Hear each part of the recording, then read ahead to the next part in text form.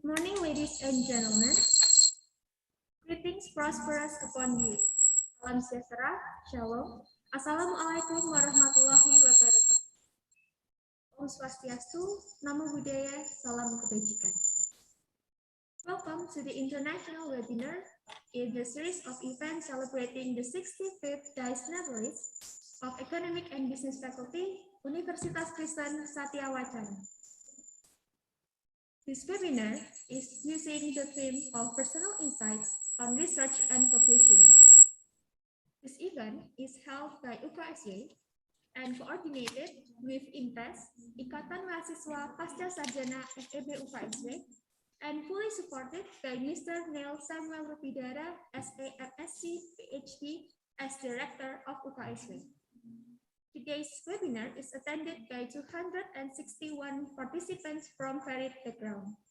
Me, Christina Kusumadewi, the Master of Ceremony for this event.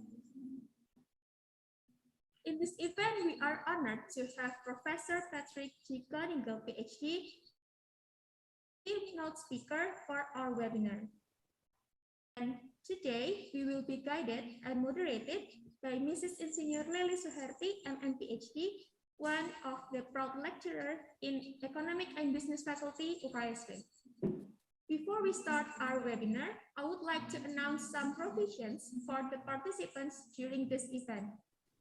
First, all participants must make sure to unmute the microphone and using the virtual background and also turn on the camera. And if the participant is going to ask in the question and answer session, the microphone is allowed to be unmuted. Second, for participants who have questions during the presentation, the question can be written in the chat room or chat feature and will be answered by the keynote speaker in the question and answer session. And the third, all participants are not allowed to make any record during the presentation, either partially or entirely. Hopefully, and follow the rules that has been made by the committee in order to make the event run smoothly. I would like to read aloud the event list for today's international webinar. The first, there was online registration and opening by Master of Ceremony, and then there will be opening prayer. And then we go to the main session, which is speaker sharing session by Professor Pat, which will be moderated by Mrs. Insinyur Lely Suherti, MM, PhD. And then there will be question and answer session and closing. Ladies and gentlemen, let us start our webinar with a prayer. I will lead us in Christian way, and the other can suit your own beliefs. Let us pray. Dear our Father in heaven, we are thankful and grateful for your blessings upon us.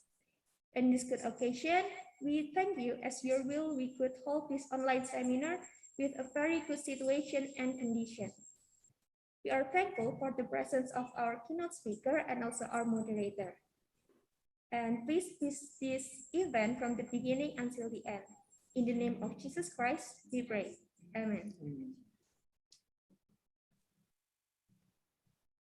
Today's webinar will not be conducted without any support from many parties. Especially, this event is supported by Mr. Neil Samuel Rupidara, SEMSC, PhD, as the Rector of UKSY.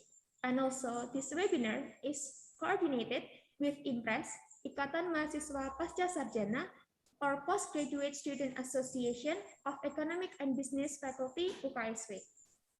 Now, ladies and gentlemen, we are going to go to our main session, which is the sharing session by Professor Patrick G. Conigal, PhD, the Emeritus Professor at Business Studies at Kenny Business School,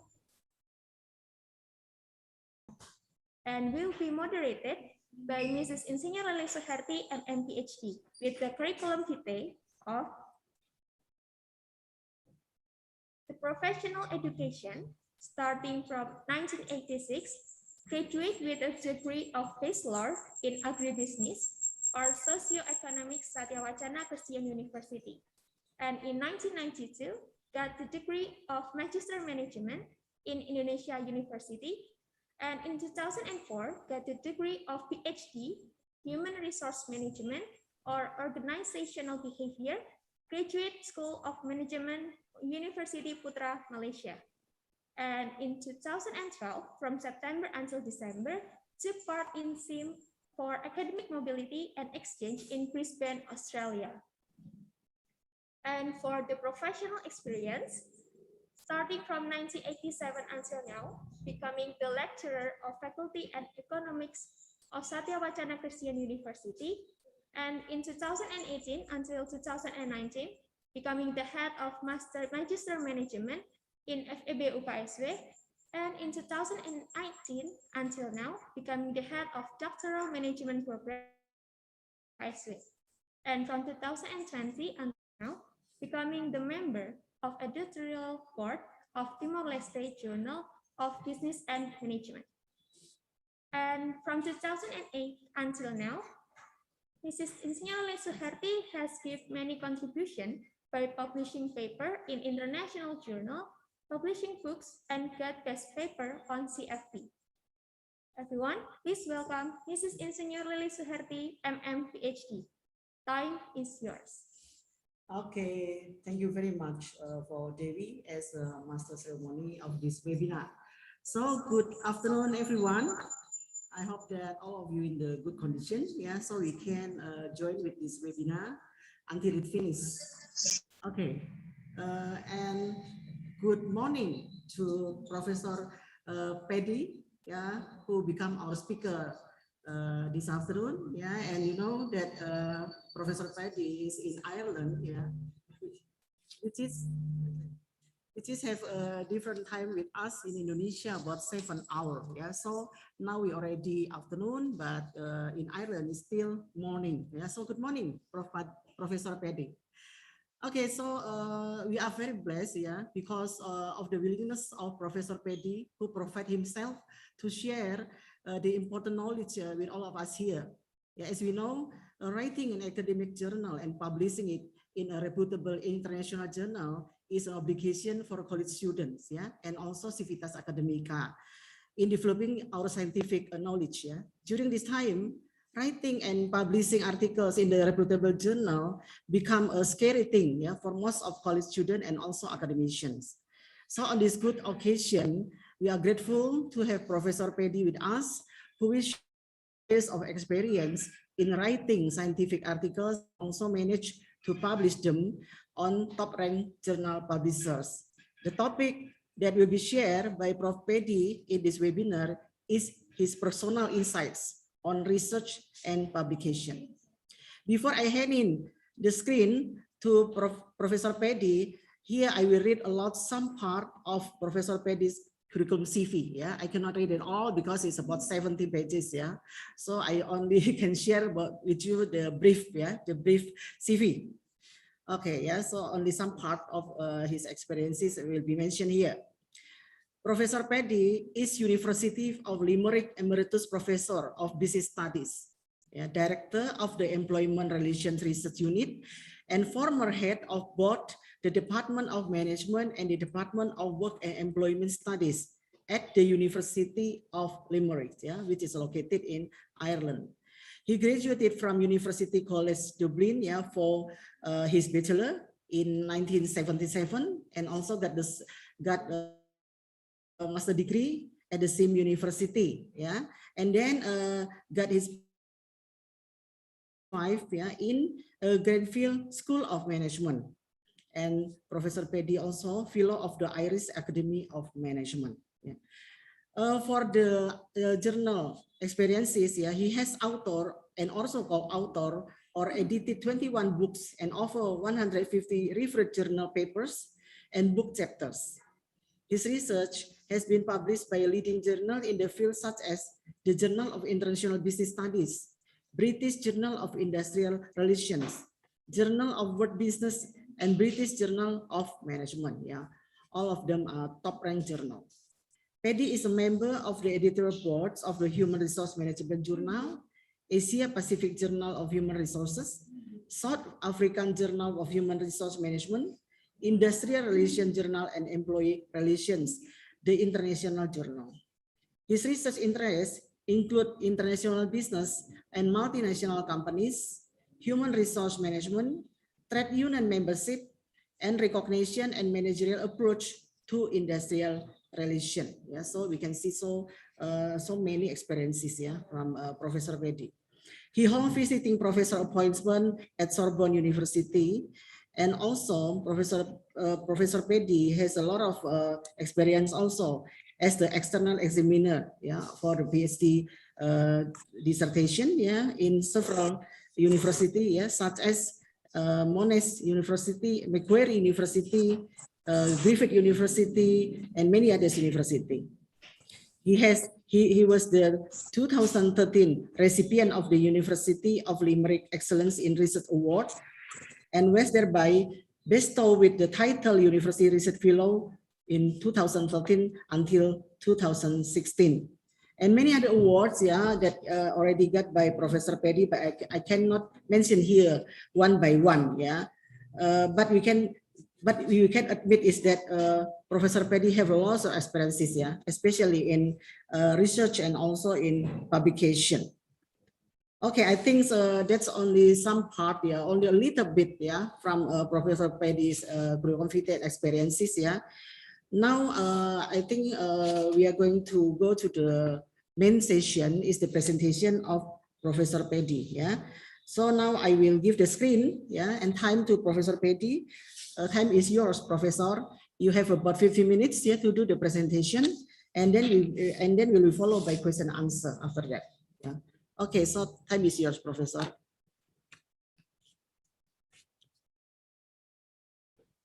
Professor Patrick, you can unmute.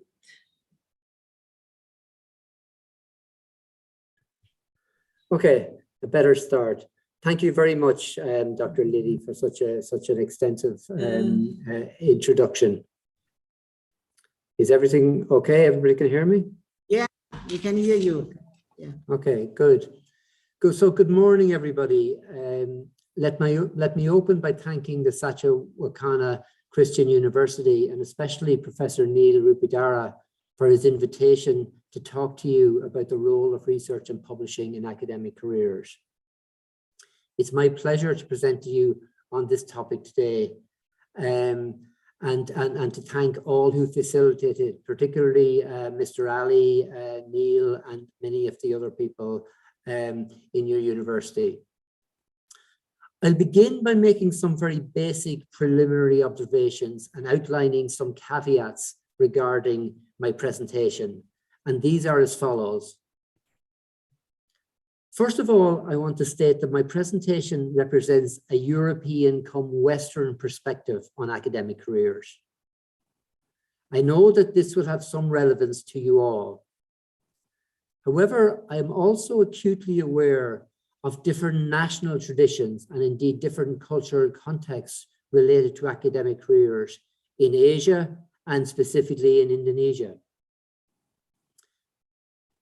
My next point is to emphasize that this presentation is aimed primarily at what we would call early career academics.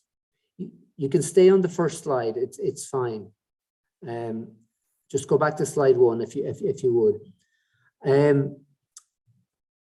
As I said, my presentation is aimed at early career academics.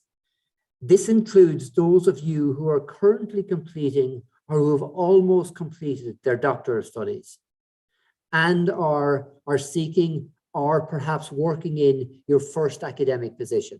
So it's really people in the transition between completing doctoral studies and gaining one's first academic position. That's the target population for my presentation today. I might add that this stage in an academic's career is a very exciting and a very busy time, with loads happening, lots of things happening for early career scholars.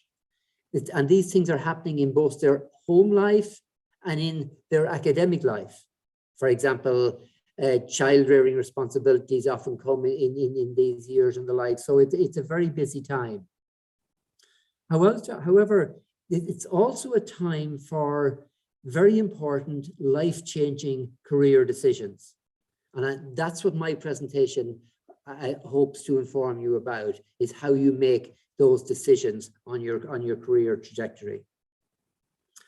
I hope this presentation will be very appropriate today, which is Youth Pledge Day in Indonesia, and will encourage young academics in advancing scholarship and learning, and thereby help commemorating this important day in your nation's history. Turning to today's presentation, my presentation today is based on some 40+ years working in academia, more than half of which have involved editorial board roles in a number of leading national and international journals. These include the Human Resource Management Journal, the Industrial Relations Journal, Employee Relations, the International Journal, the Asia Pacific Journal of Human Resources, South African Journal of Human Resource Management, and the Irish Journal of Management. What you'll see from that listing is that represents a mix. You might just stay on the first slide, please, still. I'll tell you when we move to the second slide. That listing of journals, as you see, is a mix of national and international journals, and it's also a mix of ranked journals. So from the very good journals, which would be what we call 4-star ranked, to what are maybe not so good journals who might be 1-star ranked. So it's a variety. Can you go back to the first page again?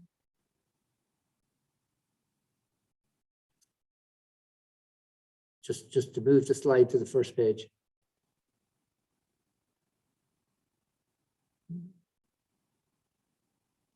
No, can you go backwards, please?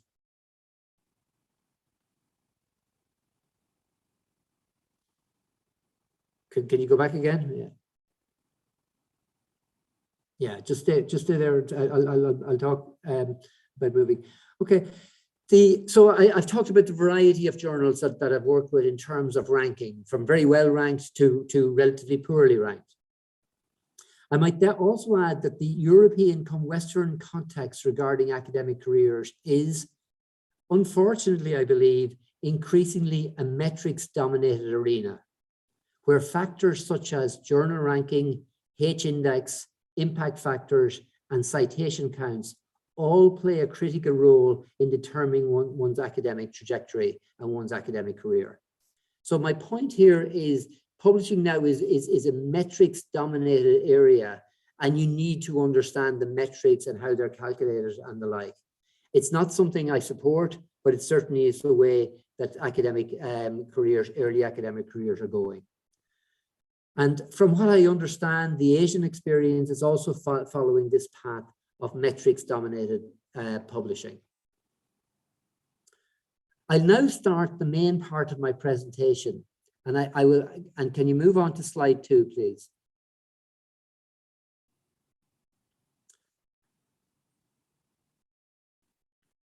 Great. Thank you. So can I just make a quick observation? These first few slides that I'm going to talk about now are by far the most important. The remainder of my presentation is a little bit boring, to be honest, and it's more about the mechanics and logistics of publishing. But these early slides are the key ones that I just want to talk about. So let me begin by outlining what I've learned about research and publishing in my academic career. This is what I call the big picture, and will apply to all early career academics. That will apply to all of you in this early career stage, though the relevance may vary for individual academics, depending on one's individual circumstances, depending on context, depending on discipline, and depending on the impact of micro-political considerations. So I'm going to make 3 major statements here, and these are critical. First of all, statement number 1, your publications track record will arguably have the biggest impact on your future academic career. Please think about this for just a few seconds. Your publications track record will arguably have the biggest impact on your future academic career.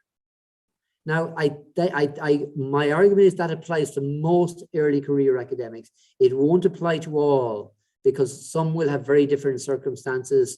They may have linkages to senior management or the like, so their career trajectory may be influenced by other factors. But for the bulk of people in academia or entering academia, your publications track record is the key determinant of your future career trajectory. And secondly, my second major statement, your publications track record will largely be determined by your performance in and around your PhD award. So if you think that there's probably a 4 or 5 or 6 year period around the period between when you finish your doctoral degree and you embark on an academic career, that tends to be the most prolific period for academics. And that will determine, as I said, your academic track record, and your academic track record determines your career trajectory. So again, I'd ask you to reflect on that. So your publications track record is all important in my view, and this will be determined by how you perform in and around your PhD award. There may be exceptions to that. There may be late prolific academics, or there may be very early prolific academics, but in my experience, it's performed in and around the period of your PhD.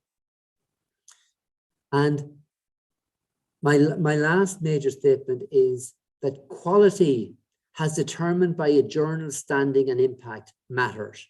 Quality matters. One top journal is worth, I'm not sure if this word actually exists, but it's worth a zillion average or poor journal publications. I'm not sure how familiar you are with the ranking of journals, with the ranking mechanisms, but the most popular ranking mechanism are those which label journals from 1 to 4 or 1 to 5. I use the 1 to 4 rating, which is the British Association of Business Schools rating. So my point here is that they're normally rated from 4-star at the top to 1-star at the bottom, or no star for very poor journals, but 4-star to 1-star. But the point is that 4 1-stars don't make up 1 4-star, and 40 don't. A top journal is worth a huge currency that is very hard to counterbalance with quantity at the lower level. And that's the point that I'm trying to get around to there, and I've been a bit elongated in trying to get there. But the point is, you should really aim for top journals. You won't always get there, but you should aim for them. My last 2 points are more advisory in your career. The main 3 points are those bullet points above. The others, how do you get there? How do you develop a track record? How do you perform well around the period when you finish your PhD? How do you get into journals of top standing? Well, I have some suggestions, 2 simple suggestions. First of all, teamwork and collaborative research garner disproportionate benefits, both in publications and citations. What I'm essentially here is what people should do, young academics, foster international collaborations. Because if you join an international group, you will have better chance for funding, you will have better chance of co-publications, you will have better chance of getting into top journals because you will get advice on the quality of your material from your international collaborators. So international collaboration garners disproportionate benefits, in my opinion, both in publications, number of publications, and in citations, because if you're part of an international group, people in that group will publish separately, but they're more likely to cite you if they know you and they've worked with you than if they don't know you. And lastly, theory matters. Many of the best, most cited, and longest cited papers have no empirics. They have no hard data.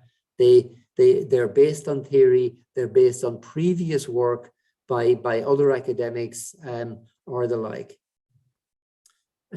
So that's a very important aspect, is that theory matters. And even in empirical papers, you need to have your theoretical setup well presented. So I have 3 main points and 2 ways of getting there. Can I move on to the next slide, please?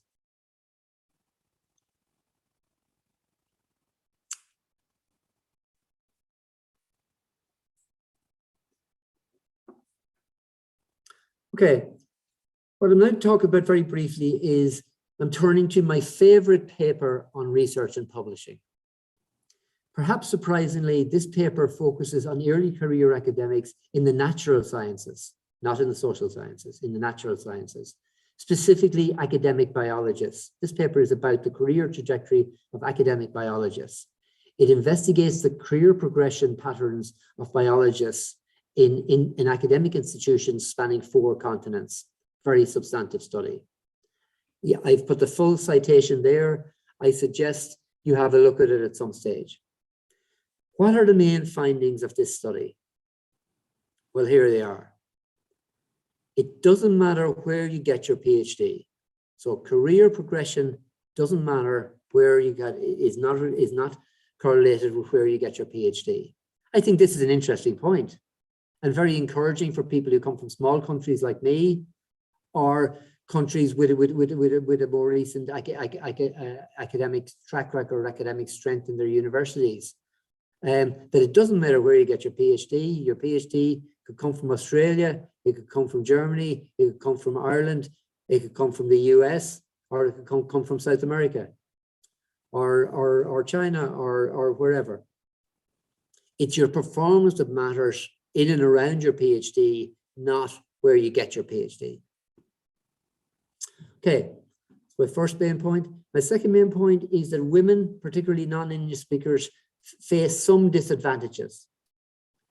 Career progression for women it's a fairly minor in this paper concluded, but there's still obstacles there. And those obstacles are the familiar ones. They're about childcare, time around that period, and the like, which despite all the moves towards equality, still largely remains the responsibility of women, even though that burden is being shared more and more, but it still is an issue. So it is a disadvantage, but it's categorized as a minor disadvantage in this study. And the last main point is, by far the best predictor of long-term publication performance in biology is one's early publication record. What does that tell us? It tells us something very simple. Publish early and you will publish often. Those that publish around the time or during their PhD will generally go on to have a very strong publications record. However, those who don't publish early, don't publish around their PhD, it is very difficult for them to garner a strong publication record later in their career because people have moved ahead and the like. So publish early and you will publish often, publish around the time of your PhD, and that's my last point here. Your PhD is your most effective resource at this stage in your academic career. Use it. Use it, use it, use it. There is a tendency among some people, and I've seen it with colleagues, that they put a lot of work into their PhD, they dedicate 4 or 5 years of their life to completing their PhD. When they finish it, they don't want to look at it. They don't want to look at it. They say to themselves, I'll come back to this in a few years. Very unlikely they will. You have to work at it. You have to take your PhD and run with it, not put it away on a shelf someplace. You would be amazed how many people I know in academia who have not published from their doctoral presentation. Okay, we're on to the next page. That was the big picture, if you remember that slide. However, there is a lesser picture, and they both operate concurrently, as it were. Despite criticisms, lower ranked journals matter. They matter for a number of reasons.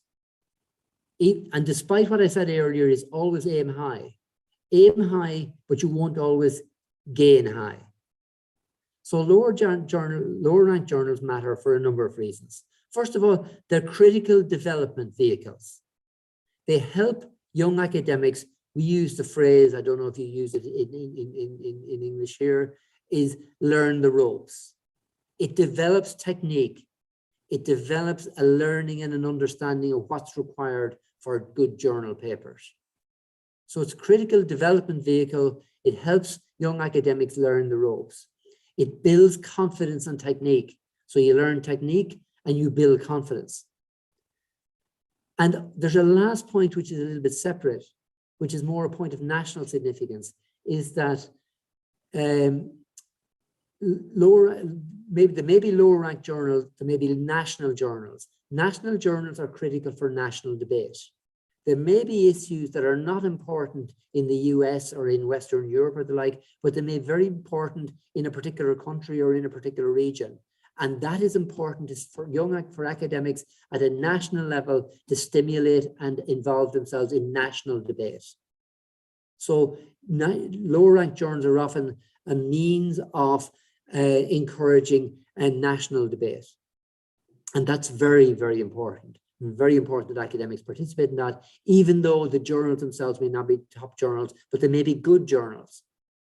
However, it's impossible not to mix up lower ranked journals and predatory journals. Predatory journals are a blot on the trajectory of academia.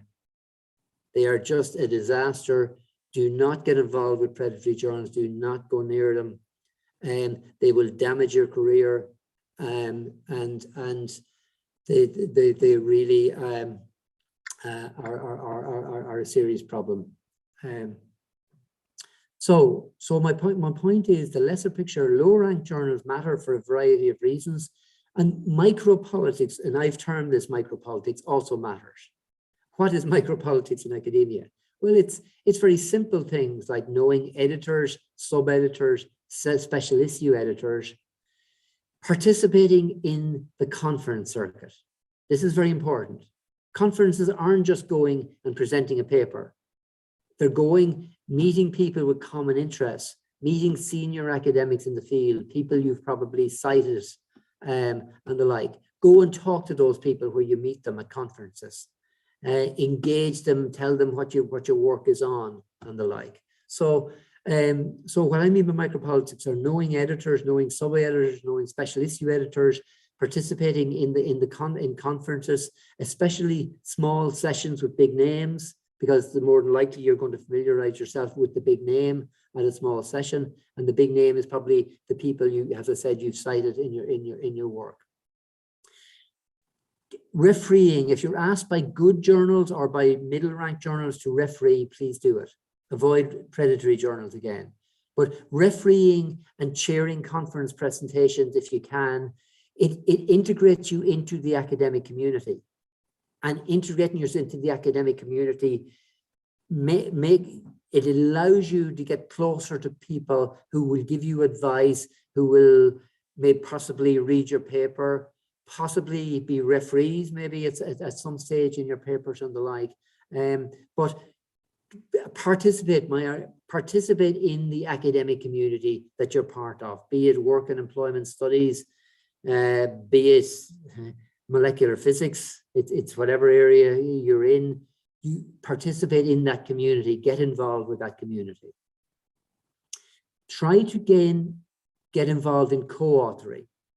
Now, people sometimes advise against co-authoring for star academics, and maybe for star academics, it's not what they want to do. But I think for the bulk of us who are aspirational academics, then co-authorship is a very important way. I found it very useful. I got involved in international research projects. We later became involved in edited books, edited papers and the like. They were all multi-edited, maybe 4 authors, 5 authors, 6 authors, but it really brought me into a community and opened my eyes to collaboration with colleagues in South America, colleagues in Greece, colleagues in Asia, that I never would have if I hadn't made those international linkages and the like. I really wouldn't have published anything near what I've been involved in. Can we go to the next page, please?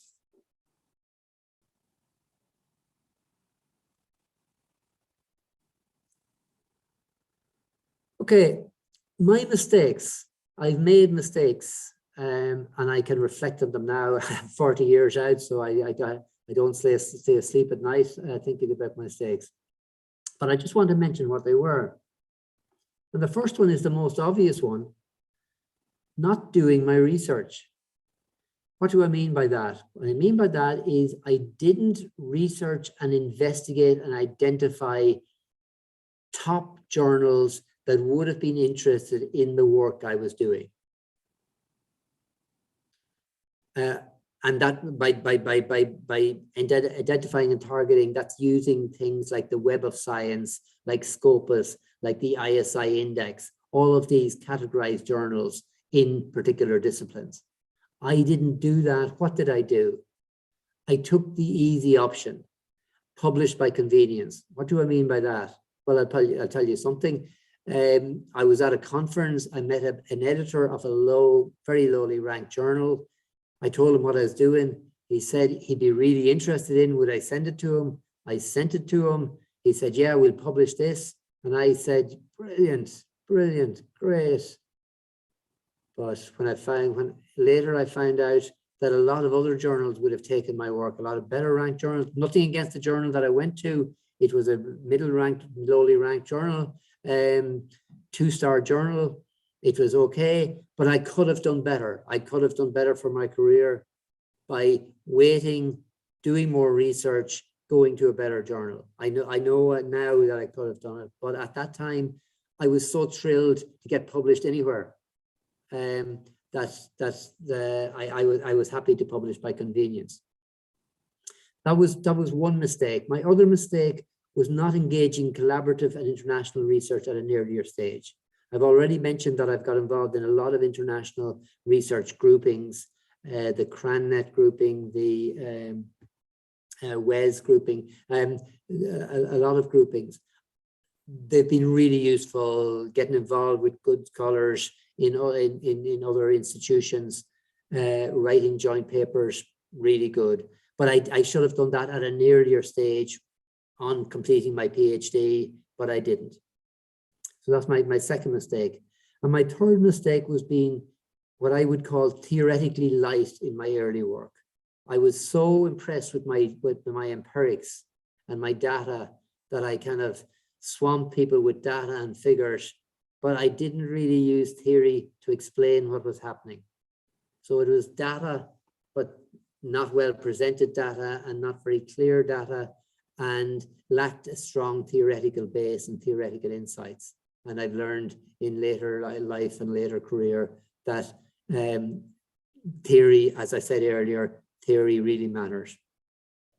So what's my main lesson for you here? My main lesson here is aim high from the get-go. I hope you understand get-go. That means from the very start. Aim high from the very start. You can always revert to lower journals if it doesn't work. You aim high from the start. You send 3 papers to top journals. At best, you may get a revise and resubmit from 1 or perhaps 2. Perhaps 1, I'd say, on average in terms of hit rate. So you've submitted 3 journals. You've got to revise and resubmit on 1. With the other ones, go down the ranking. So if you went to a 4-star the first time, go to a 2 or a 3-star, depending on the choice and the fit and everything like that. Go to a 2 or 3-star the second time. 2 or 3-star the second time, you may get another revise and resubmit. So you're left with another paper, one last paper. Go down to a 2 or a 1-star, and you may hopefully get that 2 or a 1-star.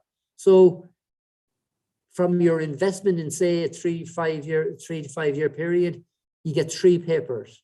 You get a top star or a reasonably 3 or a 4-star.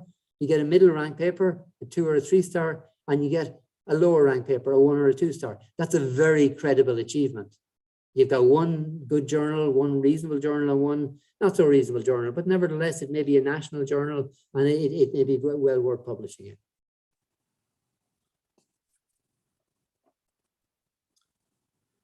So now,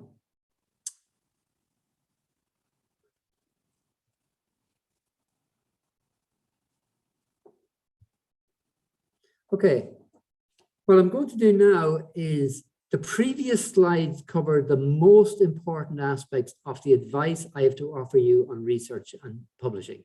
The previous slides, okay? But now, sorry, stay, no, go on to yeah, that's fine, thank you. I should have said it's fine, yeah. What I'm going to talk about now is, or much of the material I'm going to present from now until the end is quite boring actually, and I've said this already. So I'll try to go through it relatively quickly. What I'm really looking at here is some of the more, as I say, mundane, mechanical aspects of research and publishing. So if we say we want to aim high, we want to go well, we want to get into a high impact journal. We asked ourselves the question, what is high impact? Well, high impact is published papers, you can read it there for yourself, papers published in top tier journals or outlets and result in high citations or are highly cited and change thinking. Now, this is an important differentiation. High quality publications, high quality research comes in two forms. There is what we call derivative research or derivative research papers, and there's novel research papers. Derivative papers are the most common type of publishing that we get involved in. They're papers that build on prior work, review or summarize that work, expand on a hot topic by adding variables to existing models.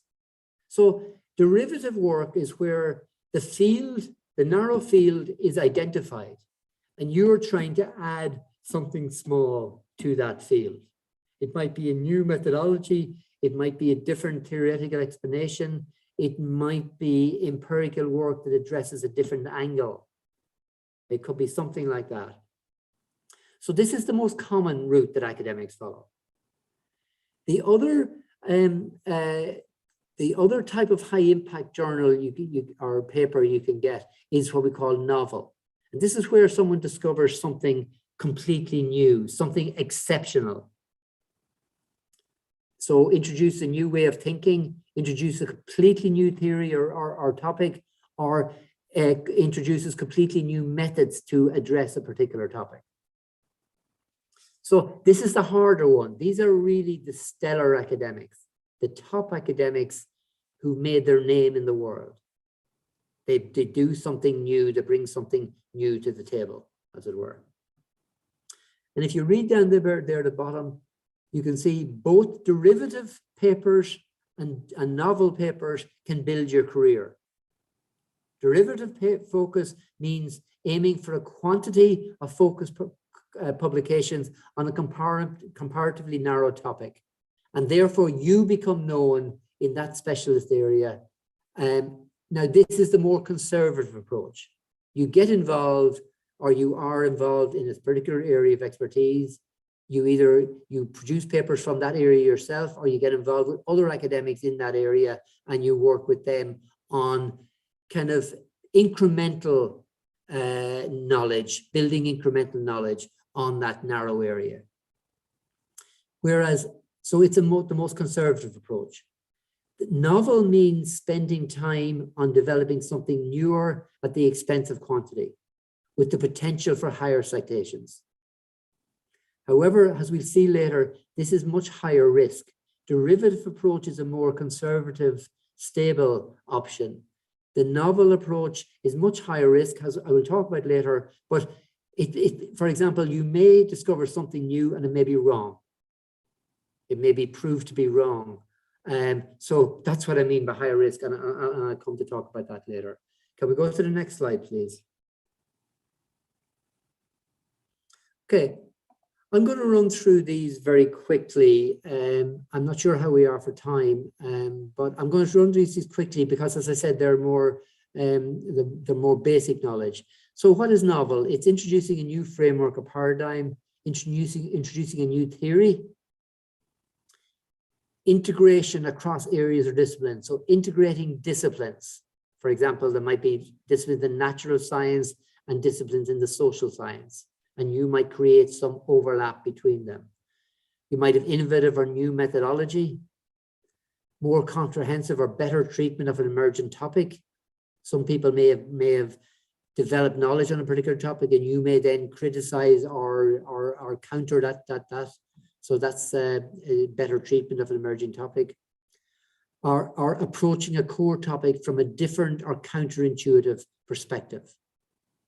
You might find this in medicine. Has it evolved in the late 18th century with certain diseases? For example, there was some accepted medical knowledge, and with research in the 1920s, that acceptance was blown out of the water. There was completely new explanations for some of the diseases that occurred.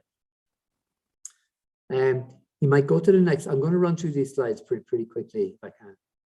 Can we go to the next slide, please?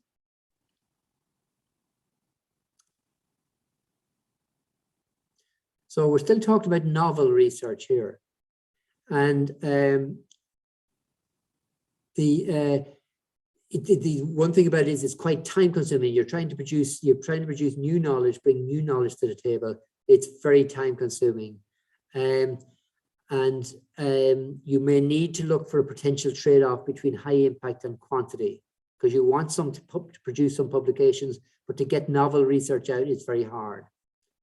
Novel research may not produce publishable results. For example, some people look to disprove something and they fail.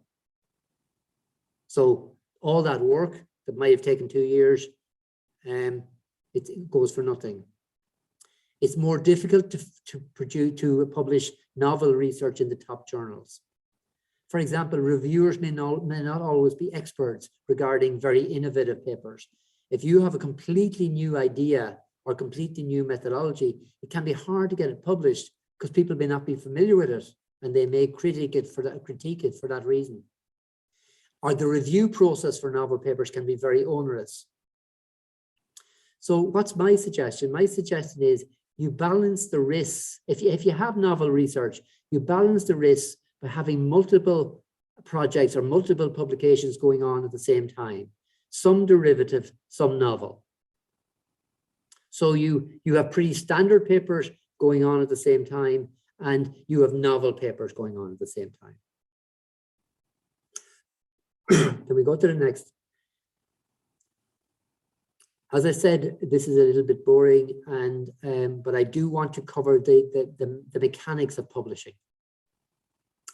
And my major piece of advice is target your journal, pick the right journal. So you got to target the journal, know the journal, identify it, and revise accordingly. So you target and identify your journal, and you publish and write your paper in line with the conventions that journal has. I know a lot of people don't do that. They write their paper and then they submit it to a journal, but they don't look at the conventions and the traditions of the journal. And if you don't do that, some referees or some editors will just not accept it. Because they'll say this person was lazy, they didn't look at our journal, they didn't look at the conventions that we expect. So target and know the journal and revise accordingly. Your paper should be similar in style and structure to the papers published in that journal. That's a key importance. It's very important in getting past copy editing stage. Copy editors will reject on style. Revise and revise again. Put the paper aside, then rewrite it and revise again. Okay? My emphasis on revise. Obtain feedback from others, friends, colleagues, international collaborators, ideally people that have published themselves in good journals. But if you can't find them, then you've got to get people to read it. Edit your paper carefully and submit. Don't expect reviewers to act as copy editors. With grammar, with citation conventions, with tables and how they're used, do not expect reviewers to advise on those. Reviewers will reject, in top journals, they'll reject if any of those conventions are not adhered to. If it's a foreign language, if it's coming from someone, for example, who wants to publish in an English-speaking journal or a French-speaking journal or a German-speaking journal, you need to get support with the foreign language. Again, you don't want the referees to be copy editors. They won't do it. You need to get that. You need, before you submit, you need to sort out the language issues, and getting help from colleagues or the like is one way of doing it. There's also, if you have to do it, get professional help. If you think it's going to get your paper published, get professional help. Okay, can we go to the next slide, please? Okay, my other mechanical piece of advice is use model papers. Have about, not too many, about 5 or 6 papers from 5 or 6 top journals in areas that are similar to the areas you wish to publish in. So develop a small file of model papers of different types. So you want papers which are empirical paper, you want theoretical papers, etc. But you want to get those papers, and you want to get those papers also maybe from nationalities in countries that you want to publish in.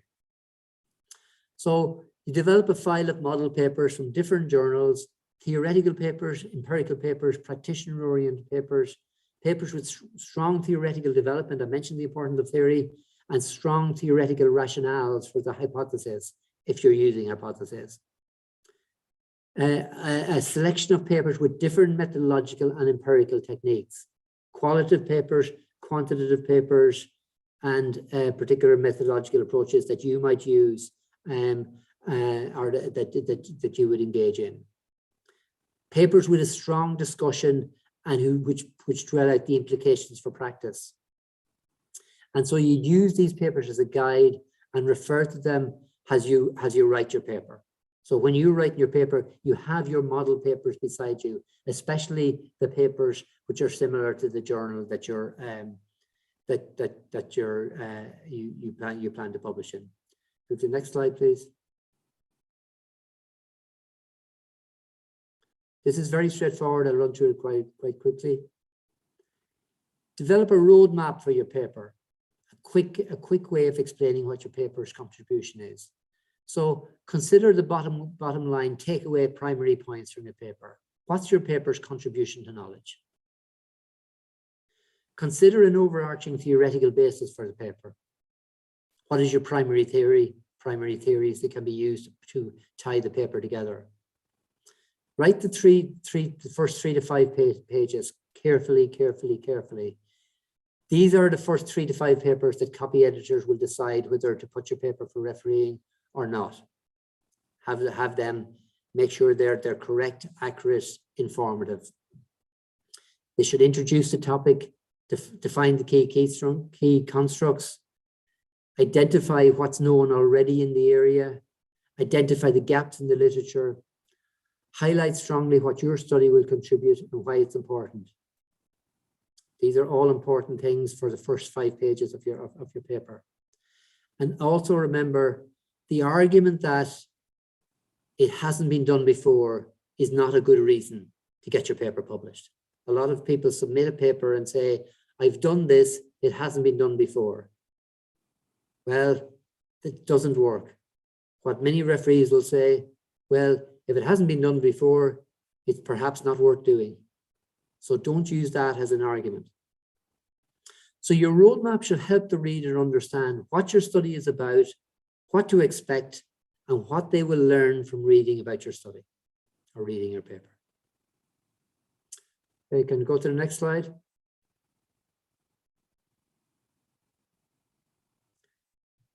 Well, that's it, folks, but it's not it. I'm just going to, can I just run on to the next slide, please? And I'll come back to this one. Sorry, I thought, sorry, I thought I added 2 more slides. Can you just move on to see, are they there? Maybe they're not there.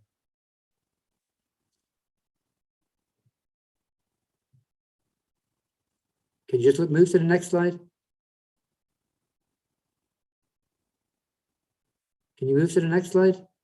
Is there a next slide?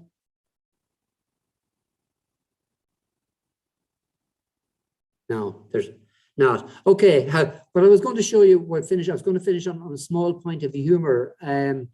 What I had there was a picture of an old faded, very faded photograph from the Indonesian newspaper, 2 Indonesian newspapers at the time in 1981. I have a great fondness in my heart for Indonesia, because when I went to university, I played soccer at a pretty low level. But the biggest game I ever played was in the Jakarta National Stadium. When we played against, I think it was a U20 under-21 Indonesian national team. We weren't very good.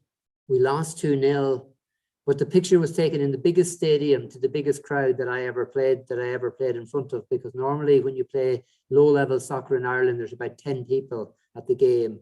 At this game, there was, I think, 30,000 people at it. So we also played in different cities in Indonesia during that period in 1981. So I just wanted to mention that was a reason I have a very great fondness for Indonesia.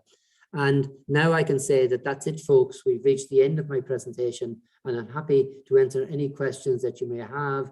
I'm happy to correspond with you online or the like also.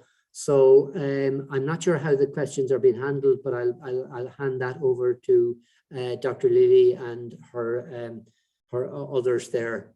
And thank you very much, whoever moved the slides for me. I appreciate it greatly.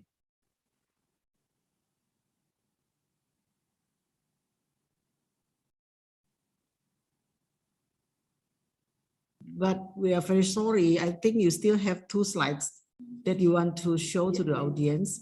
I tried to show them, but they weren't there. Okay, but maybe, yeah, you can wait for a while, because yeah, they try to share. Well, I don't want to wait too long. It's just an anecdote to my presentation. It's not in any way central to my presentation. Yeah, because you still have 10 minutes, Professor.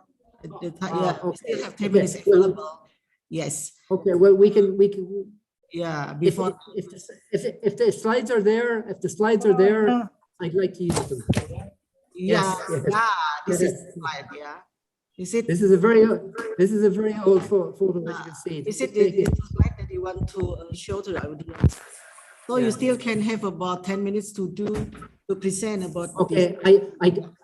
Really, I don't need 10 minutes. I need about 3 or 4 minutes so we can do the questions. Yeah. Yeah. I'll just talk. Can I just talk about this slide? Yeah. Can I talk? Can people hear me? Yes, you can hear you. Okay. So please. So this is not a very good photograph, as you can see, but it's taken in the Jakarta National Stadium, and it was featured in, I can't remember the name of the Indonesian newspaper, but there was also an Indonesian Times, which was very proper at those times, and the picture was there. So that's me trying to do something really odd looking. But the other thing with me is my name is always very difficult for people. So you can see I've highlighted my name at the bottom there, and it's also misspelled. So everywhere I go, even in Ireland, my name is very poorly spelled. So that's it, folks. I'm going to finish up a little bit early, I think, maybe 5 minutes early or whatever. So I'll do that, and we can start our question and answer session early. So I'll hand over to Dr. Lily for the question and answer session. Many thanks, and thank you very much for Professor Paddy that already delivered to us the very useful material. I think from the PowerPoint we already can see clearly, many kinds of things that have been discussed about how that we can develop or to produce useful and also a good research and publication. But however, I think there are about 150 audience here. They still want to know more. So we are going, yes. So we are going to open, yeah, the question answer Yeah. session now. That's Yeah. fine. That's Can you fine. hear us? Can you hear me? I can hear you perfectly. Yeah. So now we are going to have a question answer session. Yeah. I think in the chat room, is there any question already there? Let us check. There are 4 in the chat room, I think. Yes. Yes, yeah. There are some questions. Maybe Tim can put it on the slide, please. Yeah. While we are waiting from the question in the chat room, yeah, I think we can open a direct question. Yeah. For the audience that want to ask, yeah, they can raise hand. So I can read it see, here, yeah. yes, who want to ask the question. Is there any, can raise hand, yeah? And our team will look, yeah, who is going to, okay, Moses. now we look at the chat. Okay, yeah. Question number 1. Okay, we are going to choose the question from Rina Christiansen, yeah. Rina Christiansen is a student of PhD program, yeah, of our faculty. So Rina asking about, it has not been done before. It's not a good argument. How to use a better expression if the case is truly something has not been done before? Yeah, so that is the question. Professor Peddy, can you see from the chat? Yeah, I can see from the chat. It's a different question in my chat, though. It's from Moses Severo. There are some questions, so but we choose first. I can answer your question, though, if you Rina question, you can see it in the screen, maybe. Yeah. It's still. Yeah, I've got it now. Yeah, I got it now. Yeah, this is from Rina. Yeah. Yeah. The question from it's Rina. Not been done before. Yeah. Do you want to answer the question directly? It's a very good question. Yeah, I can answer it. Do you want to answer directly, or do you want to keep maybe 1 or 2 questions and then answer it together? No, I'll deal with one at a time. Directly. My memory isn't as good as it used to be. So if I take 2 yes, questions, so you can, I'll forget them. Answer this question. Yeah. So it hasn't been done before, right? The reason I mentioned that is because so many people say that. What you've got to do, Rina, is you've got to make an argument about where the gap is in knowledge. You need to identify a gap in knowledge, and you need to make an argument about that gap. So that's where your literature research, for example, will come in. Your literature research, you will search the literature, and then you will make an argument that from your extensive literature research, the issue you're investigating is not adequately treated in one way or another. And so you're therefore making an argument that there is a gap and it needs to be treated. But simply by stating there's a gap in knowledge is not good enough. You've got to demonstrate the gap. I don't know if you understand that, but you've got to demonstrate the gap, not state it. An assertion, an unstated assertion is of no value. But a supported argument is of great value. And you need a supportive argument to show that it hasn't been done before. I hope that's clear. Yes, thank you. Yes, that's true. But if I may say, that's what I also explained. But at the end of my demonstration of the difference of the gap, saying that the gap that is not adequate, at the end statement, that will be, my case is novel and it has not been done before. So still end up with that sentence. That is a true, honest conclusion that it has not been done before. I mean, that sentence actually was used in my dissertation, and therefore I will do it. So you reckon that I may not use that sentence? There's nothing wrong. There's nothing wrong with saying it hasn't been done before, as long as you prove and demonstrate that it hasn't been done before. For example, that the literature hasn't addressed it. All right. You have a comprehensive literature. It's making the statement and leaving it is the problem. Right. Yes, I understand. So, okay, so it's not the sentence as such is the problem, but people didn't prove it. And to a degree, if you make your argument well, you won't need to use that sentence at the end because you'll have demonstrated already in your line of argumentation that it hasn't been done before. All right. Okay. Thank you very much. You're welcome. You're welcome, Rena. Thanks. Okay, so thank you, Prof. Eddie, for the answer. Now we go to the next question. Yeah, the next question is from Ono, yeah, our student as well, yeah, from PhD program. Yes, Ono asking about how far can we go across disciplines in our research. For example, our interest or paper is in human resource management, but sometimes we also need to discuss from the sociological or psychological aspect in the paper. So will it affect the journal's acceptance of our paper? Yeah, this is a really good question again. If I have to take it line by line, how far can we go across disciplines in our research? My simple answer is, I don't know. Because if you look at what's happening in the world, if you would look at what's happening in space exploration, you know, disciplines, new disciplines are crossing all the time. So, you know, the disciplines, there's no boundaries, it seems. So, so how far can we go? That's at a generic level. But you talk about a particular human resource management and psychological. These are very linked areas. For example, in the US, I mean, human resource management is taught very much from a psychological perspective, from an individualist psychological perspective. In Europe, with this long industrial relations tradition, human resource management is taught from more an institutional sociological perspective. You know, so the crossing of disciplines there is very straightforward, I think, and I think there's not a great downside to it. But talking generically about linking disciplines, there's no boundaries. I think it's possible to see where it might stop. Now, your last part of the question is very interesting. Will it affect the journal's acceptance of our paper? It will, because depending on your journal, some journals are very psychological leaning and very dismissive of the kind of institutional perspective the sociologists have. Sociologists are damning about some of the early human resource management literature and its focus on individual behavior and individual thought and the like. So the two disciplines are close to each other in one way, but they also have very basic differences.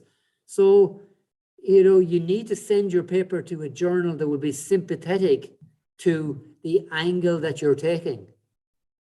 And that's as much as I can advise, really. You know, you have to do your homework on your journals and send to a journal that is sympathetic. The Human Resource Management Journal that I've been involved in for a long time, it's traditionally been sympathetic to both kind of individualist, psychologically based papers on HRM and institutionally, sociologically based papers on HRM. That's accepted both, but there are some that won't. For example, the British Journal of Industrial Relations, for example, would be loath to accept a psychological paper. I think, and equally, you know, journals of psychology would be loath on the sociology side. So I think you have to look very carefully and give yourself the best chance. I hope that answers the question. Thank you. Oh no, sorry. Yeah, there are still many questions. Yeah, because there are still many questions. The other question, yes, the other question is from I will choose from here. Yeah, is from Mr. Johannes Memory. Mr. Johannes Memory Saragi. Yeah. Yeah. Okay. So. We can read in the chat, yeah, from Mr. Memory Saragi asking about the theory aspect. Okay. Let me see from the chat. Sorry, I need to just check Mr. Memory Saragi, because he already asked earlier, yeah. Yes. Yes, Mr. Memory. Johannes Memory Saragi, yeah. Yes. Johannes memory. Yes. Yeah. Yeah. Asking about Okay. theory matters. However, my Yeah. question is just simple. Yeah, I think my question is why it can be the best or well-known cited paper have no empirics. Yeah, has that in your PowerPoint, I think. Yeah, you mentioned about that. Yeah. So isn't it should be there some empiric things in it? Yeah. Yeah. He asking about that. Okay. Because yeah, in your Nice PowerPoint question. you mentioned that. Isn't there, or should there be empirics in it? Not necessarily. Some journals are empirically oriented. Some journals are theoretically oriented. So you've got to focus on your journal. The other thing is some journals will take both. But you know, your issue with theory, if you're going to submit a theoretical paper, then the key thing is contribution. How does this paper contribute to knowledge in the field? How does it advance knowledge in the field? You need to answer that question. You need to say, how does this new theory or different take on maybe a previous theory, how does this advance understanding and knowledge in the field? But yeah, there are papers that not all journals are empirically only. There's a move now because of more students doing doctoral work and master's work. There's much more emphasis on empirical papers, but theoretical papers are still out there. And as I said, some of the best papers, the most cited papers in the world are theoretical only. Thank you, Johannes. Yeah, thank you, Prof. Betty. There are quite many questions, I think. Yeah, I will choose some of it. For Mr. Ju, can you just ask your question directly, please? Mr. Ju Suprapto, I invite you to ask your question directly to Professor Petty. Mr. Ju, are you there? Yeah, can you see me? Yes, we can see you very well. Okay. I can't. Good morning, Professor. Oh, I can. Hello, how are you? I would like to ask you a question about how to handle rejection when you are going to publish your article and then you got rejections. A matter of psychological, or is it a kind of denial or rebellion or something like that? And then mostly I neglect the paper, and maybe I might not revisit the paper, and then maybe I lost the chance to publish that. Maybe do you have any suggestion how to handle the publishers? First of all, can I say, with publishing, if you submit to a journal and you get a revise and resubmit, okay? Yes. You understand? Okay. If you get a revise and resubmit, this is a cause for celebration. That's the most difficult thing, is getting past the copy editor stage. So it's a cause for celebration. So rejection, the key thing with rejection is there will be reasons. There will be reasons. They will normally document their reasons in short bullet points. What you've got to do is you've got to address every reason individually. So you have, they for example have comment number 1. You have to address comment number 1 and what you're going to do, how you're going to change your paper to meet their recommendations.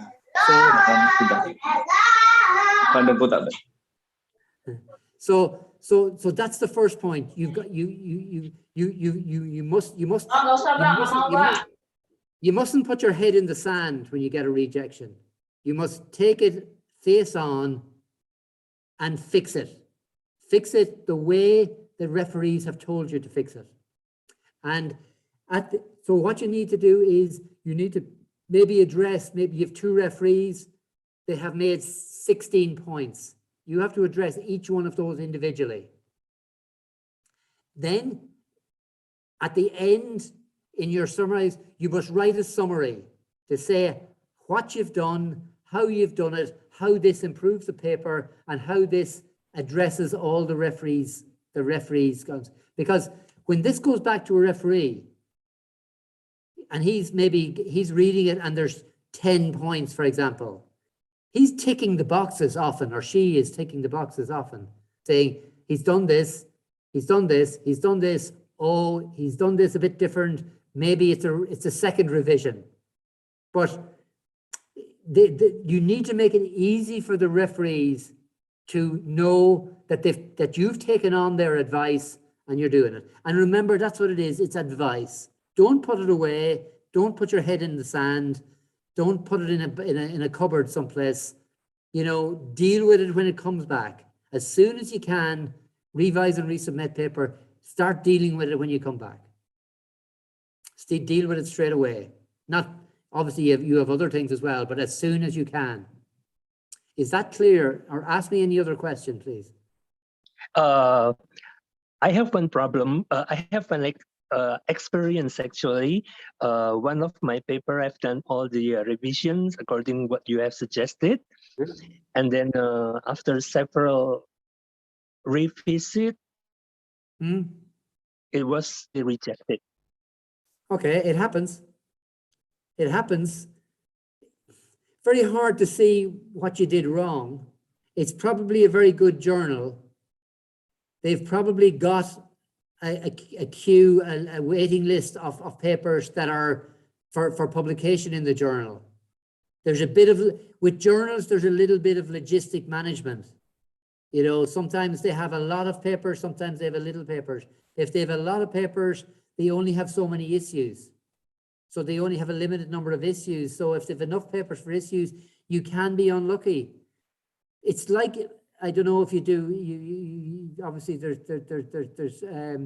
the sport of boxing, but you know, you've been knocked down, you jump up and get in the ring again. You know, you did, as far as I can see, you did everything right. But sometimes there's the chance, there's a lottery with journals in terms of pressure to publish and available journals. And I think you may have been unlucky.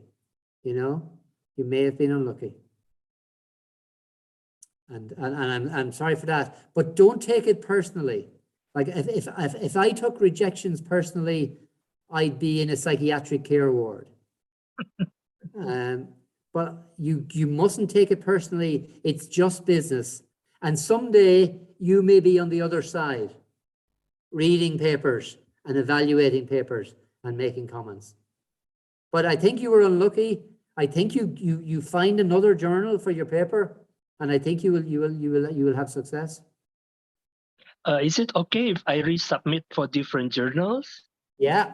You must change. You must be finished with the first journal. Okay. So if they've rejected it and you've written a thank you note, then that's finished. You can't submit to two journals at the same time.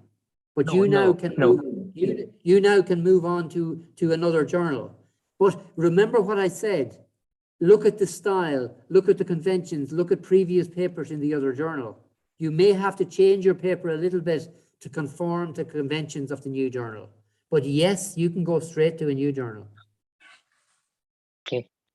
Okay. And you will be successful, I think. I think you will be successful. Thank you for your support and advice. You're very welcome. Answer, yeah, for Bapak Wijoyo's proper question, I think, yeah, so clear. Okay, we go to the next students, yeah, for their question. Please go to the next slide, please. Okay, the other student, yeah, the other students is from Cynthia Rompas, yeah, Cynthia Rompas. I've got it. Yes, yeah. Asking about this, yeah, you can see in the slide, how do researchers cope with the demand to keep on researching and publishing, especially on those competitive universities? What strategies do you use to keep afloat? I mean, to remain active in research or publication? It's very difficult. I mean, there's no easy answer here. I mean, the top scholars in the world are workaholics. In my experience, I've met some of the top scholars in my field: Bill Mccarthy, Tom Coken in the US, Kevin Murphy in the US. These are workaholics. I'm not sure what their secret is. The people I know run a lot.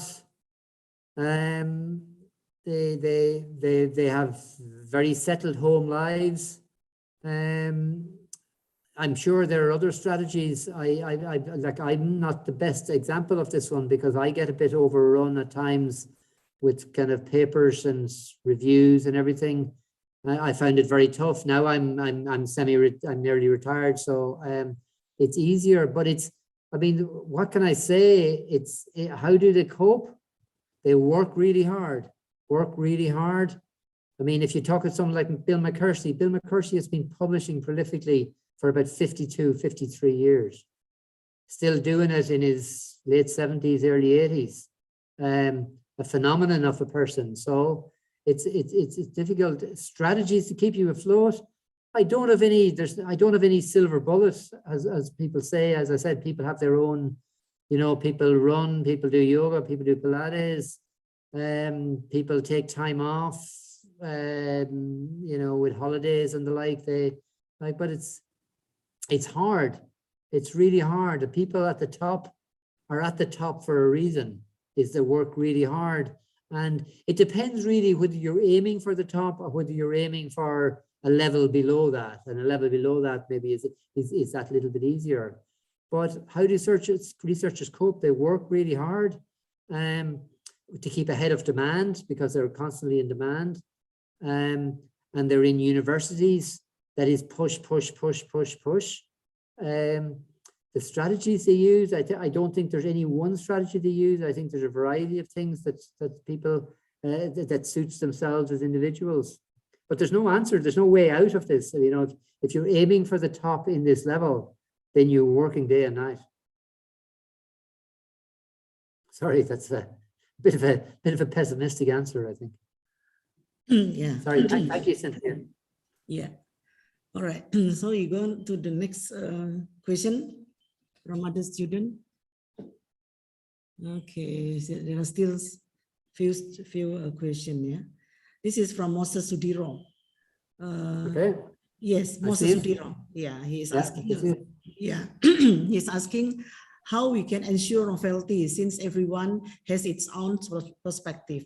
How did you present and persuade the reviewer? Maybe. Where is it? It's gone now, but I got it. Yeah, yeah, I got it. Yeah, from your personal experience, yeah, maybe. Well, my first point with there's two types of papers. There's the novel papers and there's the derivative papers. From my experience, the bulk of people, maybe 90%, are in the derivative area. They're making incremental contributions to knowledge, small incremental contributions to knowledge. The novel is, I think, for the exceptional scholar, because here we're talking about, questioning and basically defeating a well-known theory or a well-known area of thought and the like, or a new method or a new answer. So I think how can you ensure novelty is never? You can't. Only some people will have, as I said, about 95% of people will be producing derivative papers. Only 5% of papers, I would think, will be novel. So how can you ensure? Well, most people can't, and they focus on the derivative. But some people, we're talking about the stellar, exceptional scholar that come up with something new, and they have different difficulties. They have difficulties convincing their field that this is true, because the field has worked on a theory that something else was true for years and years. And this novel work is disproving that. But that's, as I said, it's exceptional. I mean, if we think of it in terms of plagues, the person that discovered that plagues, a lot of plagues were transmitted through respiratory diseases. This was completely novel. The medical profession didn't buy it. They didn't agree with it. But a couple of scientists came up with the respiratory answer. It was perfectly right, and it disproved everything else. But as I said, these were incredible people, and it's not for everyone. Novel is not for everyone. That's what I would say. And how do you ensure novelty? It's very difficult. It's something completely new, completely, life changing, and science changing. So it's you can't ensure novelty. You can't. Only some people can. Moses, thanks for that. Can answer the question of Moses Sudiro, yeah? Yeah. Okay. Yes. We still have 3 questions, Prophet. Okay. Yeah, is it okay? All right. Yeah, Let's no go problem. to the next question. Yeah, students really want to know. Yeah. Okay. Yeah, no problem, This no one problem. is this is from Lucky. Yeah, Lucky Yeah. Sayana Subadi. He's asking a short question, yeah, but maybe the answer is long. I'm a very early starter, he said. Never published in the good reputation journal. So what should I do? I don't know. Can I ask Lucky? Is he complete? Has he completed? Yeah, let's his Pak PhD, Lucky. Can you talk directly, Pak Lucky? Is he completed his PhD or yeah, not? he is here. Pak Lucky, maybe you can ask directly. Yeah. Lucky, sure. I Yes. Thank you, Professor Patrick. I am a really early starter, as I said before, and I never published in the reputation journal, and I am a candidate of doctoral program. So that's my question, actually. What should I do? So you're a PhD student. You haven't completed yet. Not yet. This is the 3rd semester. Soon. That's right. Well, then what I would say to you is you concentrate on your PhD, and you publish papers from your PhD. Well, I always say to people with a PhD, they should be able to get 3 papers from a PhD. A theory paper about what your PhD contributes, how it's set up, and possibly 1 or 2 findings papers, or perhaps a methods paper. So there's 2 or 3 papers in your PhD. That's what I would think. So you've got to say how you manage that. Well, how you manage that is completing your PhD, but keeping those papers in your mind, always looking when you're writing your PhD, when you're reading your PhD, when you're revising your PhD, always looking for the paper. Is there a theory paper here? Is there a methods paper here? Is there a findings paper here? So that's what I would say. I would say aiming for journals, aim for a middle ranking journal. You can always go down.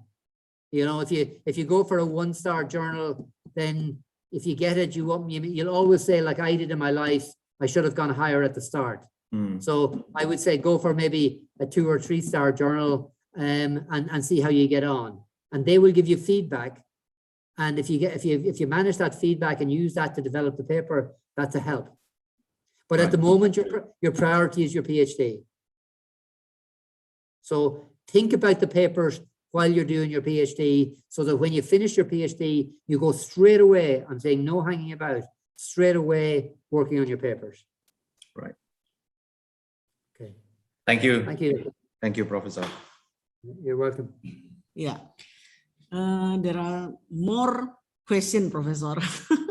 Okay. We get about 5 here, but I think we still have time until 5 in Indonesia time, 5:45. Yeah, I have time. No problem. Yeah, we try. Yeah, look at the question from Muhammad Ruli asking about what is a good way to integrate other article sources into the paper so that the quality of the reference become a good paper. This is a quite operational question. Okay, I think you're talking about your literature review here, really.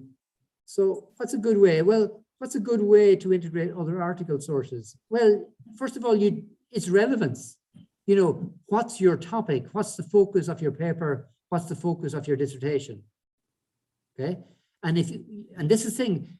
This sounds a very simple question and a rude question, but I know a lot of people. I ask them, what's the key focus of your PhD? They cannot tell me. They ramble on about this and that and the other. I want to hear in 5 minutes, what's the focus of your PhD? So you must know the focus of your PhD first, or the focus of your research paper. And then what you've got to do, if you know the focus, then you review literature on that topic, on that focus. So the literature that's relevant should be obvious, because you know your focus, and then you focus on literature that's relevant to that. And that's how you do. I mean, the idea with a literature review, the purpose of a literature review is to outline what's known and what's not known on your topic of investigation. So your literature review on what's known will tell people what it's about, and then what's not known, and what's not known becomes your gap. That's the gap in knowledge that you seek to fill. So what's good to integrate source into the paper? You should integrate what's relevant. Relevance is the test. Okay. Thank you, Mohammed. Yes. So the answer is first you have to know the focus of your research. Yeah? And then you go to the literature and learn and try to find out the roadmap. Yeah. Okay. Yeah. So the literature that's relevant should be the literature that deals with the focus of your research. Yes. All right. So it should become it should be self-evident what literature is relevant and what literature is not relevant. Yeah. Is it already answer your question, Mr. Muhammad Ruli? Yeah. Okay, so then we can go to the next. Thank you, Ron. Yeah, next student. Yeah, we still have 4. From Ausnauli Marbun. The question is about, can you give testimony to us how you started writing and publish? Maybe you have advice for us. I think you have to do it. Were you here for the last hour? Yeah. Yeah. So thank you. Thank you, Masnali. What I'm saying is, are you doing your PhD? Bu Masnauli, are you there? Bu Masnauli. Yes, I'm there. Yeah. Yeah. How are you? I'm here. Sorry. Are you doing your PhD? I'm student PhD. You're Dr. PhD. Well, the first thing is, you know, how you start writing and publishing, you have to write your PhD. So writing your PhD will give you experience on writing, and hopefully it'll be a good experience. And then with publishing, you really need to see, I would think from your PhD, you need to choose some element of your PhD. It might be methodology, it might be literature review, it might be findings, or whatever of those, and use the skills that you learned in writing your PhD to write a journal paper. And the other thing to do is get model papers. Get papers that are in journals that you want to publish in. Have those journals sitting beside you and use the structure and approach that those journals use for your writing. Okay, thank you, Prof. Thank you, Ms. Nali. Yeah. Thank you. Yeah. Bunauli also can read again, the PowerPoint. There's a lot of insight experiences of Professor Peddy, how to write a journal. Okay, we still have one more, student or the participant that asked a question. Can you show the slide? Yeah. No, next one, the next. Oh, okay, I do. All right, yes, let me see from the chat room. Yes, from Adri Octavia. Adri Octavia, are you there? Can you ask directly your question, because it's quite long? It's better if you ask directly. Bapak Adri, are you there? Adri Octavia, are you there? Okay, Let me read it. Yeah. He asking about a citation obtained in a big scientific journal has the same values as the one obtained from a small journal. Yeah, he asking about the opinion of professor, because many writers think that the evaluation of researchers is based on two factors that are given a lot of importance: the number of publication and the number of citation. So I think the question is in the beginning, yeah, Professor. Do you think that citation thank you, Adri. Yeah, they're good questions. You've clearly thought about this, I think. So the first part, do you think a citation obtained in a big scientific journal has the same value as in a small journal? Well, no, it hasn't. It's the same as a publication in a top journal will have greater weight than one in a smaller journal. The major reason for the difference is that you're much more likely to be cited again if you've been cited in a big paper. So it increases, it's good to have the citation, but it also increases your chance of getting further citations. Whereas if your citation is in a lesser journal, it has lesser impact and it's less likely to be cited in another journal. So the citations is the main reason why I think the big journal is better. Can I go to the second part of it? Two factors: the number of publications and the number of citations. Yes, I mean these are the key factors. The quality of publications may come in, but for most jobs in academia, number of publications and number of citations are the key things. It's really only maybe if you're going for a job in Harvard or something like that, that the quality issues might have a bigger influence. So I think you're right. You're right. The number of publications and the number of citations, they are the main issues. And they're very good questions, Adri. Thank you very much. Yeah. Okay, because there are only 2 questions left, I think I give the opportunity for students to ask directly. Yeah, so I give the first opportunity to Burina because Burina has another question. So please, Burina, can you just ask directly? Yes, thank you. Thank you very much. First of all, it's not easy to state or admit that one of your mistakes in the past was that you used the theory very lightly. Yeah, thank you for that. And I used a lot of theory as well, and I combined like around 10 theories. And in my research, I actually criticized some of the theories because most of the theories were found in the 60s and 70s. Yeah, and at that time, the internet was not the mainstream. And today the circumstances has been different because we use internet and our life has been different. The theory that was found from the 60s and 70s was based where everything was, the same. People watch the same TV, people ate the same food because of the mass production. But today we are more individualized. And the reason I use that internet is mainstream today and I kind of criticize the old theory is because I work on digital nomads, and digital nomad is in a gray area. People are asking whether they're tourists or they're immigrants or they're professional online worker, etc., etc. So I'm asking myself where these digital nomads are belonged. So I have done my question, I have done my interviews, and I have found the answers. I have my findings now, and I can answer my research questions. And the problem is now I would like to put my findings back into the theory, or shall I use a new theory? But I don't know how to do it. So I can describe the answer. I can answer the answer of my own research question, but I don't know how to put it back into the theory or create a new theory. Perhaps you can help me with that. Okay, thanks, Rita. It's really good. First of all, I'm not familiar with the area that you're researching, so I can't comment on that. The issue which you said your theory, the key role of theory is to explain. Theory explains why.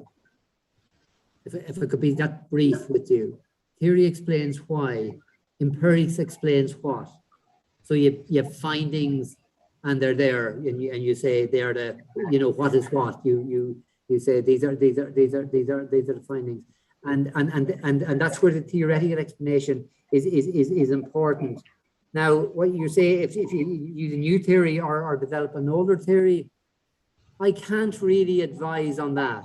You know, the key role of theory in writing a dissertation or in writing a paper is to help position the paper at the start and help explain the findings at the end. So how did the findings inform theory?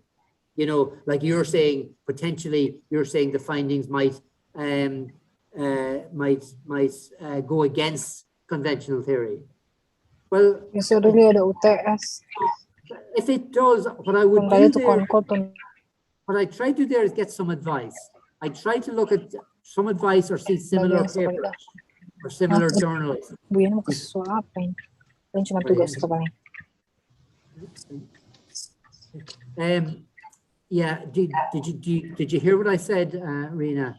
Yes, sorry, there's some interruption because some people are not in mute. So could you kindly repeat? I feel it's not fair if I criticize a theory and I cannot come up with a new theory. So I feel like, I'm in trouble. Yeah, but that shouldn't be, you're talking about your PhD here, are you? Yes. Yes, I think I'm expected to create a mini theory at the end of my findings, and I have found my findings in terms of description. Yeah. And now that shouldn't be a problem, right? Because I would expound that. I'd explain in your dissertation what you've been saying to me. You know, the grounds between a new theory and informing or developing existing theory. Because with PhDs are never the end. You know. They're never the end. So what will happen is that someone will come up after you, hopefully take what you've done and push it forward a little bit. So if you could try it out, you could read papers, but I wouldn't be too worried about not producing a new theory. If you're performing, you could say, this has the potential for a new theory, and you write it like that, you know, because to get a PhD, if you can look at my picture, me on screen. Yes. To a PhD, the contribution knowledge needs only to be that size. Yes. You know, you don't need to change the world to get a PhD. You need to make a small advance in knowledge. Now, how much your advance is up to you, really, to expound. I can't do it for you, but if you feel strongly there's potential for a new theory, you wind that into your dissertation, but you wind it in more as an area for further research rather than a definitive outcome of your PhD. If you know what I mean. Yes. Yeah. Absolutely. Thank you. Yeah. No, it's very good. And I sense your PhD is very good as well. Yeah. Thanks. Yeah, this discussion I think will become very long, because talking about theory, But Burina, don't worry. You can see in the PowerPoint, you can contact later on, to Professor Peddy to discuss more detail about it, I think Professor Peddy will not mind. Okay, we still have two questions, from two students. Bu Tutu, are you going to ask directly or let me see?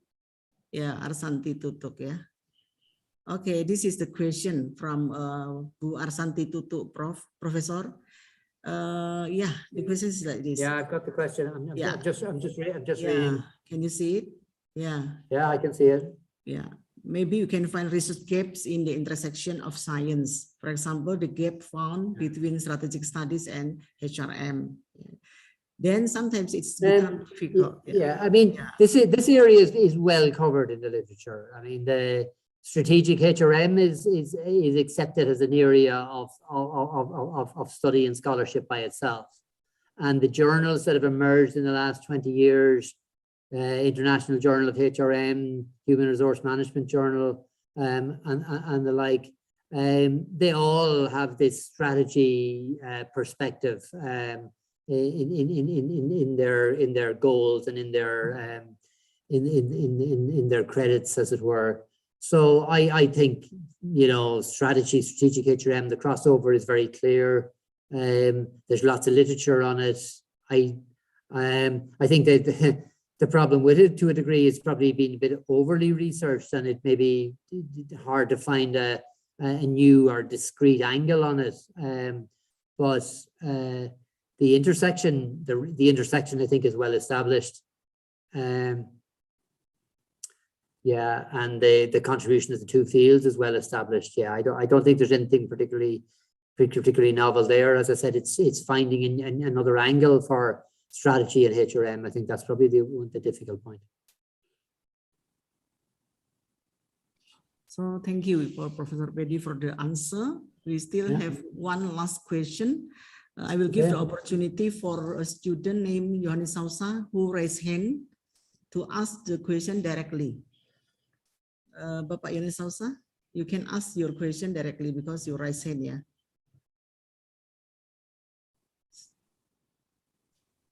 Johannes Sousa, are you here? Bapak Johannes? No? All right, yeah. Okay, so we still have 5 minutes left, yeah. Is there still any question? So maybe I will give one opportunity for student who can raise hand, yeah, to ask the question, only one. Is there any? Okay, yeah. Okay. I think maybe, yeah, the time is up, yeah. Okay, so Professor Pedi, we really thank you. Yeah, it's really grateful for us to have your presentation. Yeah, especially because we learned something that come from your personal insights, from your experiences. Yeah, I think for PhD student and also for the other student, yeah, it's really important because they, at least we are motivated. Yeah, how to do the research. And we know that mistake can be happen, yeah, but we can get some lesson learned, yeah. So from many of question arise, it means that this is very interesting topic, yeah. But from this presentation, I try to summarize some point, yeah, only point that I think is very important, yeah, so can help us to understand more about the presentation. First, I think what we can get, yeah, from the presentation, that is really important for the researchers or students, yeah, to have a focus on their research. By having a focus on the research, so students can really do the research constantly, yeah, consistently, yeah, and also will have a good track records, yeah. So that means everyone that want to start to do research have really have interest, yeah, that will be focused, yeah, for the other research, yeah, for the next time, I mean the future. Yeah, from that approach, yeah, the student or the researcher can have the track record. Yeah. There's the second things that we can conclude is that when we're doing a research, we have to put the quality as a priority. Yeah, so from the beginning, yeah, we have to put the quality. So how to have a good quality of the research? At least it has to have a novelty. Yeah. Professor Pedi showed us, yeah, many form of novelty, yeah, that we can try to create. So from have a novelty that can make our research or become a publication, that then the researcher also have to find a good journal, yeah, the right journal. That is another things, yeah. And then the other things that I can mention here, conclude here, when a student or academician want to publish their work, yeah, it's better they're also engaging in a teamwork. Try to find collaborative team, yeah. It's better if we can find the collaborative team internationally. Yeah, so that is become our way to also enter the publication in international journal. And the other remarks here, yeah, from Professor Pedi, that the first step is really important. Because what we do in the first step is also will predict our long-term performance. Yeah, so when we do the first step, please have a really high, aim high from the beginning. Yeah, don't try to make a easy research. Yeah, with a very light literature review. Yeah, if you can, especially for PhD students, when they do their research, they can do it from the beginning and do the right research. And that it's become the stepping stone for them to then have a roadmap, yeah, and track record for the future research. And the other remarks here is about the implementation. Yeah, when we want to do research, don't forget to also consider some of micropolitics things. Yeah, such as tactics. Yeah, we have to know about the publisher. Yeah, we have to know about the guidelines and so on. Yeah, so the micro politic things is also important. Yeah, and then the second things is also we have to consider about the mechanics thing. Yeah, what aspect of the publishing that we have to really know before we do or write our paper. The third one is we can use the model, yeah, papers. Try to find some model papers that can become a model for us to be followed. Yeah, of course, in this case, we have to find a good one. Yeah, so then we can follow the model of the papers. Yeah. Okay, I think that is some of the remarks. Yeah, or the summary that I can get from this presentation. Yeah, of course, when students also read again the PowerPoint, yeah, we can get a lot of lesson, yeah, to be learned from this presentation, especially from the experiences of Professor Pedi, yeah, who is willing to share with us this evening. Okay, I think by saying that we have to end this webinar. Yeah, I know that students still want to answer, yeah, still want to ask, yeah, but because of time constraint, yeah, then we have to stop it here. But if you look at in the PowerPoint that we will share it to students later on, yeah, there's a contact number, email of Professor Pedi. Yeah, so according to the PowerPoint, student is invited to contact, yeah, Professor Pedi. Maybe he can help, yeah, about the publication and research things. By saying so, yeah, in this occasion, I would like to say many thanks, yeah, to Professor Pedi for deliver us with the very fruitful presentation. Yeah, we hope that in the future, Professor Pedi still willing to share from another perspective. Yeah, because you know, Professor Pedi have a lot of experiences. Yeah, let us give a big applause, yeah, for Professor Pedi for this webinar. Yeah, you can put the reaction, yeah, in the reaction, yeah, the big applause. Thank you, everybody. Thank you very much, Professor. Especially the people sent me some notes. So I appreciate the notes. So I'm going to say thank you to you all. I can't thank you all individually.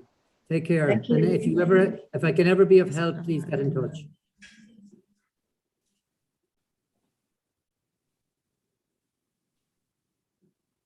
Thank you. Bye-bye. Thank you so much, Pedi. Thank you so much. For the amazing session. Thank you so much, Prof. Professor Patrick and Mrs. Insinyuruli Suhardi. And once again, we want to say thank you so much to Professor Patrick Chikoningol, PhD, for the amazing session that we had. And hopefully all the material, the insight, and also the knowledge can give many benefits to all the students of UKSW and also from other universities.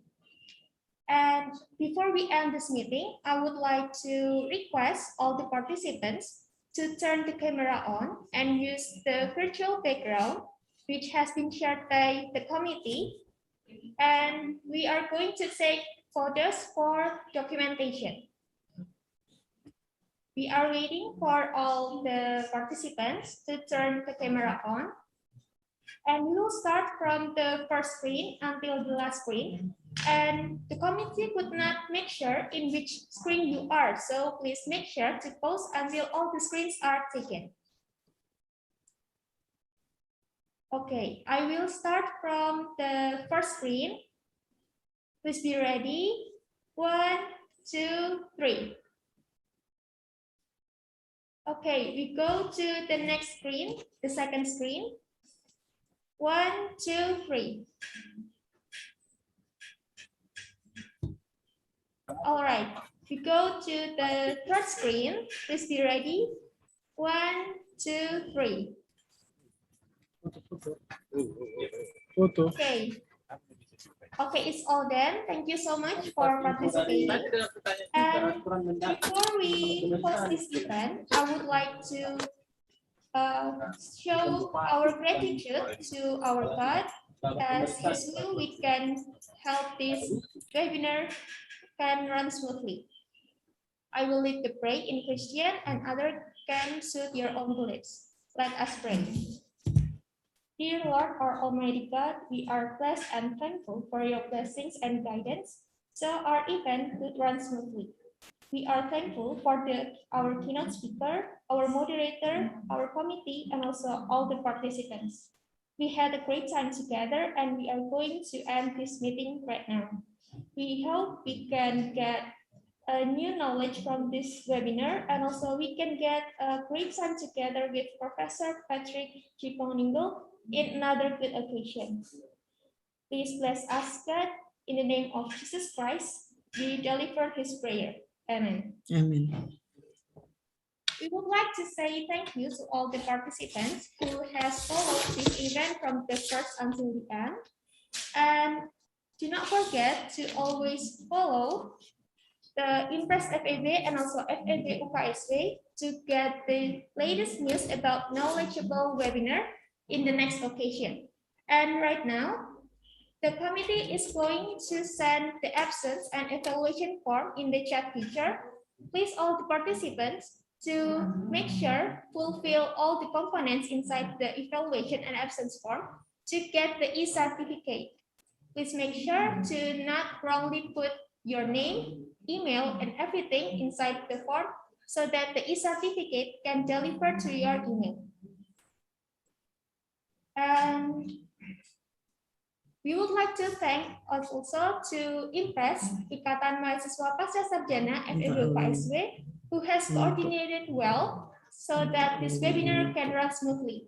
And this webinar is also becoming one of the event series celebrating the 65th Choice Novelist of Universitas Kristen Satya Wacana and fully supported by Professor Patrick and also our rector, Mr. Neil Samuel Rupidara, SEMSC, PhD.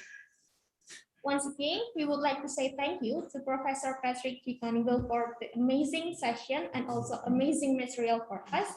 And for the participants, please do not forget to fill the form so that you can get the e-certificate from that. All right, we have been in the end of our webinar. And after this, do not forget to follow FAB UKSW and also Impress FAB and Instagram account so that you can get the latest news about knowledgeable webinar in the next occasion. Right now, me, Kristina Kusumadewi, the Master of Ceremony, saying goodbye and see you in another good occasion. Selamat Hari Sumpah Pemuda. Thank you and God bless.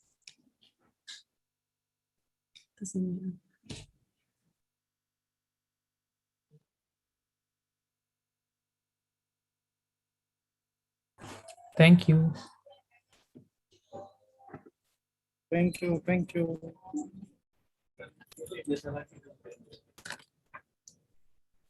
Let me say again, thank you, Paddy. Thank you.